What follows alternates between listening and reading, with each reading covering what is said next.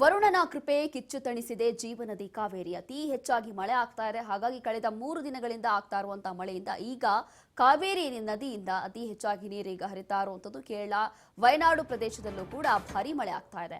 ಮಂಡ್ಯದ ಕೆಆರ್ಎಸ್ ಜಲಾಶಯಕ್ಕೆ ಜೀವ ಕಳೆ ಬಂದಿದೆ. ಈಗ ಕಾರಣ ಏನು ಅಂತಂದ್ರೆ ಯಾವಾಗ ಮಳೆ ಬರುತ್ತೆ ಅಥವಾ ಈ ವರ್ಷ ಏನು 60% ಮಳೆ ಕಡಿಮೆ ಆಗಿತ್ತು, ಈ ಕಾರಣದಿಂದ ಎಲ್ಲೋ ಒಂದು ರೀತಿಯಾಗಿ ಅವಾಂತರಗಳಾಗ್ತಾ ಇದೆ ಅಥವಾ ಮುಂಬರುವಂತಹ ದಿನಗಳಲ್ಲಿ ಕರ್ನಾಟಕದಲ್ಲಿ ವಿಶೇಷವಾಗಿ ಬರಗಾಲ ಬರಬಹುದು ಅನ್ನುವಂಥ ಒಂದು ಭೀತಿ ಇತ್ತು. ಆದರೆ ಈಗ ಕಳೆದ 3 ದಿನಗಳಿಂದ ಆಗ್ತಾ ಇರುವಂತಹ ಮಳೆಯಿಂದ ಒಂದು ರೀತಿಯಾಗಿ ಪಾಸಿಟಿವ್. ಹಾಗಾಗಿ ಭರ್ತಿಯತ್ತ ಅನ್ನದಾತರ ಜೀವನಾಡಿ ಕೆಆರ್ಎಸ್ ಡ್ಯಾಮ್ ಈಗ ಶೀಘ್ರದಲ್ಲೇ 100 ಅಡಿ ತಲುಪಲಿದೆ. ಕೆಆರ್ಎಸ್ ಡ್ಯಾಮ್ ಮಳೆ ಮುಂದುವರೆದ ಕಾರಣ ಶೀಘ್ರದಲ್ಲೇ ಕೆಆರ್ಎಸ್ ಡ್ಯಾಮ್ ಭರ್ತಿಯಾಗುತ್ತೆ. ಕಬಿನಿ ಡ್ಯಾಮ್ ಭರ್ತಿಗೆ ಮತ್ತೊಂದು ಅಡಿ ಮಾತ್ರ ಬಾಕಿ ಇದೆ. ಈಗ ಕಬಿನಿಯಿಂದ 10,000ಕ್ಕೂ ಅಧಿಕ ಕ್ಯೂಸೆಕ್ ನೀರು ಬಿಡುಗಡೆ ಮಾಡಲಾಗ್ತಾ ಇದೆ.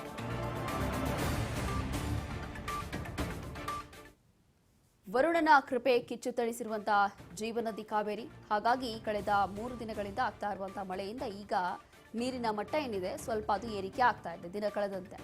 ಹಾಗಾಗಿ ಮಂಡ್ಯದ ಕೆಆರ್ಎಸ್ ಡ್ಯಾಮ್ ವಿಶೇಷವಾಗಿ ಈಗ ಭರ್ತಿ ಆಗ್ತಾ ಇದೆ. ಕೇವಲ ಒಂದೇ ಒಂದು ಅಡಿ ಬಾಕಿ ಇದೆಯಂತೆ. ಹಾಗಾಗಿ ನಿನ್ನೆಯಿಂದ ಈಗಾಗಲೇ ತಮಿಳುನಾಡಿಗೆ 30,000 ಕ್ಯೂಸೆಕ್ ನೀರನ್ನು ಹರಿಸಲಾಗ್ತಾ ಇದೆ. ಕಾರಣ ಏನು ಅಂತಂದ್ರೆ ಈಗ ಒಳಹರಿವು ಕೂಡ ಜಾಸ್ತಿ ಆಗಿದೆ, ಹೊರಹರಿವು ಕೂಡ ಜಾಸ್ತಿ ಆಗಿದೆ. ಹಾಗಾಗಿ ಕಬಿನಿ ಡ್ಯಾಮ್ ಭರ್ತಿಗೆ ಇನ್ನೊಂದು ಅಡಿ ಮಾತ್ರ ಬಾಕಿ ಇದೆ. ಕಬಿನಿಯಿಂದ ಟೋಟಲ್ 10,000ಕ್ಕೂ ಅಧಿಕ ಕ್ಯೂಸೆಕ್ ನೀರು ಕೂಡ ಬಿಡುಗಡೆ ಮಾಡಲಾಗ್ತಾ ಇದೆ. ಇದೆಲ್ಲವೂ ಕೂಡ ಒಂದು ಒಳ್ಳೆಯ ಮುನ್ಸೂಚನೆ. ಹಾಗಾಗಿ ಇವತ್ತು ಇದೇ ವಿಚಾರಕ್ಕೆ ಸಂಬಂಧಪಟ್ಟಂತೆ ಒಂದು ಮೀಟಿಂಗ್ ಕೂಡ ಕರೆದಿದ್ದಾರೆ ಸಿಎಂ. ಆದರೂ ಕೂಡ ಈಗ ದಿಢೀರಾಗಿ ಆಗ್ತಾ ಇರುವಂತಹ ಮಳೆಯಿಂದ ಎಲ್ಲೋ ಒಂದು ರೀತಿಯಾಗಿ ಇದು ತಮಿಳುನಾಡಿಗೆ ಒಂದು ಒಳ್ಳೆಯ ವಿಚಾರ, ಒಳ್ಳೆಯ ಸುದ್ದಿ ಕೂಡ ಹೌದು. ಈಗಾಗಲೇ ಕಾವೇರಿ ನೀರು ಬಿಡಬಾರದು ಅಥವಾ ಇಲ್ಲಿಂದ ಈಗಾಗಲೇ ನಮ್ಮ ರಾಜ್ಯದಲ್ಲೇ ಬರ ಇದೆ ಅಥವಾ 60% ಮಳೆ ಕಡಿಮೆ ಆಗಿದೆ, ಮುಂಬರುವಂಥ ದಿನಗಳಲ್ಲಿ ಬರಗಾಲ ಬರಬಹುದು, ಬೆಂಗಳೂರಲ್ಲೇ ಇರ್ಬೋದು ಅಥವಾ ಬೇರೆ ಬೇರೆ ಜಿಲ್ಲೆಗಳಲ್ಲೂ ಕೂಡ ನೀರಿಗೆ ಸಂಕಷ್ಟ ಎದುರಾಗಬಹುದು ಅನ್ನುವಂಥ ಒಂದು ಭಯ ಇತ್ತು. ಆದರೆ ಈಗ ಆಗ್ತಾ ಇರುವಂಥ ಮಳೆಯಿಂದ ಆಲ್ಮೋಸ್ಟ್ ಕೆಆರ್ಎಸ್ ಡ್ಯಾಮ್ ಇರ್ಬೋದು ಅಥವಾ ಕಬಿನಿ ಇರ್ಬೋದು ಎಲ್ಲವೂ ಕೂಡ ಈಗ ಭರ್ತಿ ಆಗ್ತಾ ಇದೆ. ನೀರಿನ ಮಟ್ಟ ಕೂಡ ಏರಿಕೆ ಆಗ್ತಾ ಇದೆ. ಇದರಿಂದ ಬಹುಶಃ ಇದೆಲ್ಲವೂ ಕೂಡ ಸರಿ ಹೋಗ್ಬೋದು. ಈ ಒಂದು ಸಮಸ್ಯೆ ಇರುವಂಥದ್ದು ಈಗ ಗೊತ್ತಾಗ್ತಾ ಇದೆ. ಹಾಗಾಗಿ ನಿನ್ನೆಯಿಂದ ಈಗಾಗಲೇ ತಮಿಳುನಾಡಿಗೂ ಕೂಡ 30,000 ಕ್ಯೂಸೆಕ್ ನೀರನ್ನು ಬಿಡುಗಡೆ ಮಾಡಲಾಗ್ತಾ ಇದೆ. ಅತಿ ಹೆಚ್ಚಾಗಿ ಮಳೆ ಆಗ್ತಾ ಇರುವಂಥ ಕಾರಣ ಇದೆಲ್ಲವೂ ಕೂಡ ವರುಣನ ಕೃಪೆ. ಅದರಲ್ಲೂ ಕೂಡ ಈಗ ಜುಲೈ ಎಂಡಲ್ಲಿ, ಅದಾದ ನಂತರ ಆಗಸ್ಟ್ ಆರಂಭದಲ್ಲೂ ಕೂಡ ಈ ರೀತಿಯಾಗಿ ಮಳೆ ಬರ್ತಾ ಇರುವಂಥದ್ದು ಒಂದು ಒಳ್ಳೆಯ ಮುನ್ಸೂಚನೆ. ಈಗ ವಿಶೇಷವಾಗಿ ಮಂಡ್ಯದ ಕೆಆರ್ಎಸ್ ಡ್ಯಾಮ್ ಇರ್ಬೋದು, ಕಬಿನಿ ಇದೆಲ್ಲವೂ ಕೂಡ ಭರ್ತಿ ಆಗ್ತಾ ಇದೆ. ಕೇವಲ 1 ಅಥವಾ 2 ಅಡಿ ಮಾತ್ರ ಈಗ ಡ್ಯಾಮ್ಗಳು ಭರ್ತಿಯಾಗುವಂಥ ಒಂದು ಸನ್ನಿಹದಲ್ಲೇ ಇದೆ. ಒಂದು ಕಡೆ ಈ ಬಾರಿ ಮಳೆ ಆಗಿಲ್ಲ ಅನ್ನುವಂಥದ್ದು ಕೂಡ ಒಂದು ಕಡೆ ಭಯ ಇತ್ತು. ಆದರೆ ಈಗ ದಿಢೀರಾಗಿ ಆಗ್ತಾ ಇರುವಂಥ ಅತಿ ಹೆಚ್ಚು ಮಳೆ, ಕೆಲವೊಂದು ಕಡೆ ಅವಾಂತರಗಳಾಗ್ತಾ ಇದೆ. ಆದರೂ ಕೆಲವೊಂದು ಕಡೆ ಈಗ ನೀರಿಗೆ ಒಂದಷ್ಟು ಕಷ್ಟ ಕಡಿಮೆ ಆಗುವುದು. ತಮಿಳುನಾಡು ಸಿಎಂಗೆ ಕರ್ನಾಟಕ ವಿಪಕ್ಷಗಳು ಈಗ ಪತ್ರ ಬರೆದಿದ್ದಾರೆ. ಸಿಎಂ ವಿಜಯ್ಗೆ ಬಿಜೆಪಿ ರಾಜ್ಯಾಧ್ಯಕ್ಷ ವಿಜೇಂದ್ರ ಪತ್ರ ಬರೆದಿದ್ದಾರೆ. ಮೇಕೆದಾಟು ಯೋಜನೆಗೆ ಬೆಂಬಲ ಕೊಡಿ ಅಂತ ಹೇಳಿ ಮನವಿ ಮಾಡಿದ್ದಾರೆ. ಕಾವೇರಿ, ಬೆಂಗಳೂರು ಸೇರಿ ಹಲವು ನಗರಗಳಿಗೆ ಜೀವನಾಡಿ ಅದು.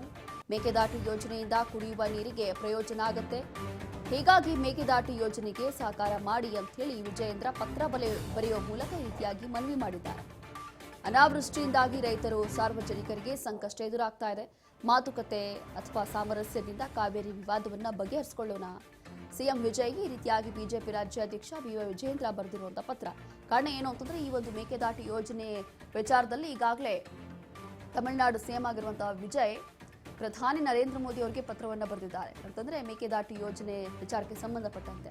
ಹಾಗಾಗಿ ಈಗ ಬಿಜೆಪಿ ರಾಜ್ಯಾಧ್ಯಕ್ಷ ಆಗಿರುವಂತಹ ಬಿವೈ ವಿಜೇಂದ್ರ ಅವರು ಈ ರೀತಿಯಾಗಿ ಪತ್ರ ಬರೆಯುವ ಮೂಲಕ ವಿಜಯ್ಗೆ ಮನವಿ ಮಾಡಿಕೊಳ್ತಿದ್ದಾರೆ. ಏನೇ ಇದ್ರೂ ಕೂಡ ಮೇಕೆದಾಟು ಯೋಜನೆ ವಿಚಾರದಲ್ಲಿ ಅಥವಾ ಏನೇ ಇದ್ರೂ ಕೂಡ ಇಲ್ಲಿ ಸಮಸ್ಯೆಗಳನ್ನು ಕೂತು ಮಾತಾಡಿಕೊಂಡು ಬಗೆಹರಿಸಿಕೊಳ್ಳೋಣ. ಈ ರೀತಿಯಾಗಿ ಪ್ರತಿಭಟನೆ ಮಾಡೋದು ಅಥವಾ ಅವ್ರು ಹೋಗಿ ಪ್ರೈಮ್ ಮಿನಿಸ್ಟರ್ಗೆ ಪತ್ರ ಬರೆಯೋದು ಇದೆಲ್ಲವೂ ಕೂಡ ಸರಿ ಹೋಗೋದಿಲ್ಲ ಅಂತ ಹೇಳಿ ಒಂದು ರೀತಿಯಾಗಿ ಮನವಿ ಮಾಡಿಕೊಂಡಿದ್ದಾರೆ.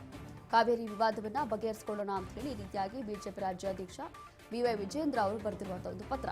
ಇದಕ್ಕೆ ಇನ್ನು ವಿಜಯ್ ಯಾವ ರೀತಿಯಾಗಿ ಸ್ಪಂದಿಸ್ತಾರೆ ಅನ್ನೋದು ಗೊತ್ತಿಲ್ಲ, ಅಥವಾ ಯಾವ ರೀತಿಯಾಗಿ ಉತ್ತರ ಕೊಡ್ತಾರೆ, ನಿಜವಾಗ್ಲೂ ಕೂಡ ಅವರು ಅದಕ್ಕೆ ಒಪ್ಕೊಳ್ತಾರಾ ಅಥವಾ ಇಲ್ಲ ಎಲ್ಲವೂ ಕೂಡ ಕಾಂಪ್ರಮೈಸ್ ಆಗ್ತಾರಾ ಅನ್ನೋಂಥದ್ದು ಗೊತ್ತಿಲ್ಲ. ಬಟ್ ಸದ್ಯಕ್ಕೆ ಇದೆಲ್ಲವೂ ಕೂಡ ಆಗ್ತಾ ಇರುವಂತಹ ಒಂದು ಬೆಳವಣಿಗೆ. ಈ ಹಿಂದೆಯೂ ಕೂಡ ಮೇಕೆದಾಟು ಯೋಜನೆ ವಿಚಾರದಲ್ಲಿ ದೊಡ್ಡ ಮಟ್ಟದಲ್ಲಿ ಹೋರಾಟಗಳೇ ನಡೆದು ಹೋಗಿದೆ. ಇನ್ನು ಮುಂಬರುವಂತಹ ದಿನಗಳಲ್ಲೂ ಕೂಡ ಮೇಕೆದಾಟು ಯೋಜನೆ ವಿಚಾರದಲ್ಲಿ ಬಹುಶಃ ದೊಡ್ಡ ಮಟ್ಟದಲ್ಲಿ ಹೋರಾಟಗಳೇ ಮಾಡಬಹುದು ಕರ್ನಾಟಕದಲ್ಲಿ.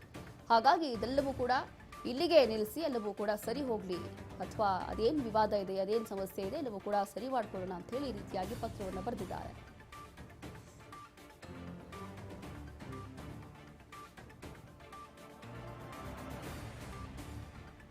ಮತ್ತೆ ಮತ್ತಷ್ಟು ಡೀಟೇಲ್ಸ್ ಕೊಡ್ತಾರೆ ನಮ್ಮ ಪ್ರತಿನಿಧಿ ಬಸವರಾಜ್ ಹೂಗಾರ್. ಈಗ ಒಂದು ಕಡೆ ಮಳೆ ಏನೋ ಜಾಸ್ತಿ ಆಗ್ತಾ ಇದೆ. ಮಳೆ ಜಾಸ್ತಿ ಆಗ್ತಾ ಇರೋದ್ರಿಂದ ಈಗ ತಮಿಳುನಾಡಿಗೆ ನೀರನ್ನು ಹರಿಸ್ತಾ ಇದ್ದಾರೆ. ಮತ್ತೊಂದು ಕಡೆ ಈಗ ವಿಜೇಂದ್ರ ಕೂಡ ಪತ್ರ ಬರೆದಿದ್ದಾರಂತೆ ಸಿಎಂ ವಿಜಯ್ಗೆ, ಅಂತಂದ್ರೆ ಎಲ್ಲವೂ ಕೂಡ ಸರಿ ಮಾಡ್ಕೊಳ್ಳೋಣ ಅಂತ. ಇದೆಲ್ಲವೂ ಕೂಡ ನೋಡ್ತಾ ಇದ್ರೆ ಆಲ್ ಓವರ್ ಏನೆಲ್ಲ ಡೆವಲಪ್ಮೆಂಟ್ಸ್ ಆಗ್ಬೋದು ಈ ವಿಚಾರದಲ್ಲಿ?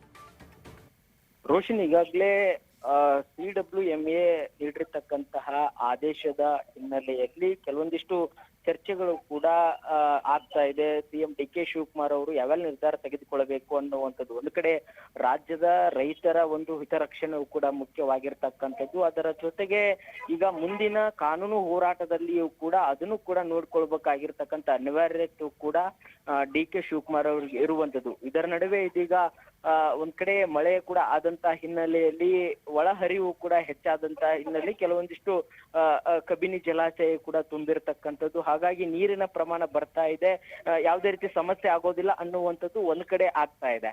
ಆದ್ರೆ ಅದರ ಜೊತೆಗೂ ಕೂಡ ನೀರಿನ ಒಂದು ಸ್ಟೋರೇಜ್ ಕೂಡ ಇರಬೇಕು ಅನ್ನುವಂತಹ ನಿಟ್ಟಿನಲ್ಲಿ ಕೂಡ ಒಂದಿಷ್ಟು ಚರ್ಚೆ ಆಗ್ತಾ ಇದೆ. ಈ ನಡುವೆ ಈಗಾಗಲೇ ವಿಜೇಂದ್ರ ಅವರು ಕೂಡ ಪತ್ರವನ್ನು ಕೂಡ ಬರೆದಿರ್ತಕ್ಕಂಥದ್ದು. ತಮಿಳುನಾಡಿನ ಸಿಎಂ ಆಗಿರ್ತಕ್ಕಂಥ ವಿಜಯ್ ಅವರಿಗೆ ಕೆಲವೊಂದಿಷ್ಟು ವಿಚಾರಗಳನ್ನ, ಅವ್ರದೇ ಆಗಿರ್ತಕ್ಕಂಥ ವಿಚಾರಗಳನ್ನ ಪ್ರಸ್ತಾಪ ಮಾಡಿದ್ದಾರೆ. ಅಂದ್ರೆ ರೋಶಿನಿ, ಇದನ್ನ ಯಾವ ರೀತಿ ನಿಭಾಯಿಸಬೇಕು ಅನ್ನುವಂಥದ್ದು ಒಂದಿಷ್ಟು ಗೊಂದಲಕ್ಕೂ ಕೂಡ ಎಡೆ ಮಾಡಿರ್ತಕ್ಕಂಥ ಹಿನ್ನೆಲೆಯಲ್ಲಿ ಸಿಎಂ DK ಶಿವಕುಮಾರ್ ಅವರು ಕೂಡ ಎಲ್ಲಾ ನಾಯಕರ ಅಭಿಪ್ರಾಯವನ್ನ ಪಡೆದುಕೊಳ್ಳಿಕ್ಕೂ ಕೂಡ ಈಗ ಮುಂದಾಗಿರ್ತಕ್ಕಂಥದ್ದು. ರೋಶಿನಿ, ಪ್ರಮುಖವಾಗಿ ಯಾವೆಲ್ಲ ಅಂಶಗಳನ್ನು ಈ ಬಾರಿ ಇಟ್ಕೊಂಡಿರುವಂತದ್ದು ಅಂತಂದ್ರೆ ಯಾವೆಲ್ಲ ಅಂಶಗಳನ್ನ ಇಟ್ಕೊಂಡಿರು ವಾದ ಮಾಡಬಹುದು, ಅಥವಾ ಯಾವ ರೀತಿಯ ಕಾಂಪ್ರಮೈಸ್ ಆಗ್ಬೋದು, ಅಥವಾ ಇಲ್ಲ ಯಾವುದೇ ಕಾರಣಕ್ಕೂ ಕೂಡ ಕಾಂಪ್ರಮೈಸ್ ಆಗೋದಿಲ್ಲ, ಅಥವಾ ಈ ಒಂದು ಯೋಜನೆ ಬೇಡ ಅನ್ನುವಂಥದ್ದು ಏನಾದ್ರು ಹೀಗೆ ಮುಂದುವರಿತಾರ ಅಂತ? ರೋಶಿನಿ, ಈಗ ಸಿಎಂ DK ಶಿವಕುಮಾರ್ ಅವರು ಸರ್ವ ಪಕ್ಷಗಳ ಸಭೆಯನ್ನು ಕೂಡ ಕರೆದಿರ್ತಕ್ಕಂಥದ್ದು. ಅದರಲ್ಲಿ ಯಾವೆಲ್ಲ ವಿಚಾರಗಳನ್ನ ಚರ್ಚೆ ಮಾಡಬೇಕು ಅನ್ನುವಂತ ನಿಟ್ಟಿನಲ್ಲಿ ಕೆಲವೊಂದಿಷ್ಟು ಅವ್ರದೇ ಆಗಿರ್ತಕ್ಕಂತಹ ವಿಚಾರಗಳನ್ನ, ಮತ್ತೆ ಏನು ಕಾನೂನು ತಜ್ಞರು ಏನಿದ್ದಾರೆ ಆ ಕಾನೂನು ತಜ್ಞರು ನೀಡಿರ್ತಕ್ಕಂಥ ಸಲಹೆಗಳನ್ನು ಕೂಡ ಪಾಲಿಸಬೇಕು. ಅದಕ್ಕೆ ವಿಪಕ್ಷ ನಾಯಕರ ಒಂದು ಅಭಿಪ್ರಾಯ ಕೂಡ ಬೇಕು ಅನ್ನುವಂಥದ್ದು. ಏನೆಲ್ಲಾ ವಿಚಾರಗಳನ್ನ ಚರ್ಚೆ ಮಾಡಬಹುದು ಅನ್ನುವಂಥದ್ದು ನಾವು ನೋಡ್ತಾ ಹೋದ್ರೆ, ಕಾವೇರಿ ನೀರು ನಿಯಂತ್ರಣ ಸಮಿತಿ ಮತ್ತು ಕಾವೇರಿ ನಿರ್ವಹಣೆ ಒಂದು ಪ್ರಾಧಿಕಾರದ ಸಮಗ್ರ ಆದೇಶದ ಬಗ್ಗೆ ಕೂಡ ಇವತ್ತು ಚರ್ಚೆ ಆಗುತ್ತೆ. ಅದರ ಜೊತೆಗೆ CWRC ಮತ್ತು CWMA ಸಭೆಯಲ್ಲಿರ್ತಕ್ಕಂತಹ ಸರ್ಕಾರ ಏನ್ ವಾದ ಮಾಡ್ಬೇಕಾಗಿತ್ತು ಅನ್ನುವಂತ ವಿಚಾರ, ಮತ್ತೆ ಈಗಿರ್ತಕ್ಕಂಥ ಜಲಾಶಯ ನೀರಿನ ಪ್ರಮಾಣ ಎಷ್ಟು, ಒಳಹರಿವು ಎಷ್ಟಿದೆ, ಹವಾಮಾನ ಇಲಾಖೆ ಮುಂದೆ ಏನ್ ಹೇಳ್ತಾ ಇದೆ ಅನ್ನುವಂಥದ್ದು, ಅದರ ಜೊತೆಗೆ ಕೇಂದ್ರ ಸರ್ಕಾರದ ಸಂಕಷ್ಟ ಸೂತ್ರದ ನಿಯಮ ಮತ್ತು ಈಗಿರುವಂತಹ ಆದೇಶದ ವಿಚಾರಕ್ಕೆ ಸಂಬಂಧಪಟ್ಟಂತೆ ಕೂಡ ಚರ್ಚೆ ಮಾಡಲಾಗುತ್ತೆ. ಮತ್ತೆ ಮುಂದೆ ಸರ್ಕಾರದ ಮುಂದಿರ್ತಕ್ಕಂಥ ಆಯ್ಕೆ ಏನಂತ ಅದು ಕಾನೂನು ಹೋರಾಟ, ಅದನ್ನ ಯಾವ ರೀತಿಯಾಗಿ ಮಾಡ್ಬೇಕು ಅನ್ನುವಂಥದ್ದು, ಕಾನೂನು ಸಲಹಾ ತಂಡದ ಅಭಿಪ್ರಾಯ ಕೂಡ ಪಡೆದುಕೊಳ್ತಾರೆ, ಸುಪ್ರೀಂ ಕೋರ್ಟ್ಗೆ ಹೋಗ್ಬೇಕಾ ಅನ್ನುವಂಥದ್ದು, ಈ ಎಲ್ಲಾ ವಿಚಾರಗಳನ್ನ ಸರ್ವಪಕ್ಷ ಸಭೆಯಲ್ಲಿ ಪ್ರಸ್ತಾಪ ಮಾಡಿ ಮುಂದಿನ ಒಂದು ನಿರ್ಧಾರವನ್ನ ತೆಗೆದುಕೊಳ್ಳುವಂತ ನಿಟ್ಟಿನಲ್ಲಿ ಸಿಎಂ DK ಶಿವಕುಮಾರ್ ಅವರು ಮುಂದಾಗ್ತಾ ಇದ್ದಾರೆ. ರೋಶಿನಿ, ಥ್ಯಾಂಕ್ ಯು ಉಕಾರ್ ನಿಮ್ಮೆಲ್ಲ ಡೀಟೇಲ್ಸ್ಗಾಗಿ. ಹೀಗೆ ಸದ್ಯಕ್ಕೆ ಕೆಲವೊಂದು ಪ್ರಮುಖ ಅಂಶಗಳನ್ನ ಇಟ್ಕೊಂಡು ಇವತ್ತು ಸರ್ವಪಕ್ಷ ಸಭೆಗಳನ್ನ ಕರೆದಿದ್ದಾರಂತೆ. ಒಂದು ಕಡೆ ಸಭೆ ಆದ್ರೆ ಮತ್ತೊಂದು ಕಡೆ ಈ ರೀತಿಯಾಗಿ ವಿಜಯೇಂದ್ರ ಅವರು ವಿಜಯ್ಗೆ ಪತ್ರವನ್ನು ಬರೆದಿರುವಂಥದ್ದು. ಇದಕ್ಕೆ ಅವರು ಯಾವ ರೀತಿಯಾಗಿ ಸ್ಪಂದಿಸ್ತಾರೆ ಅಥವಾ ಯಾವ ರೀತಿಯಾಗಿ ರೆಸ್ಪಾನ್ಸ್ ಮಾಡ್ತಾರೆ ಗೊತ್ತಿಲ್ಲ. ಬಟ್ ಇದೆಲ್ಲವೂ ಕೂಡ ಇವತ್ತು ಇರುವಂತಹ ಸರ್ವಪಕ್ಷಗಳ ಸಭೆ ಏನಿದೆ, ಈ ಸಭೆ ಮೇಲೆ ಎಲ್ಲವೂ ಕೂಡ ಈಗ ಡಿಪೆಂಡ್ ಆಗುತ್ತೆ.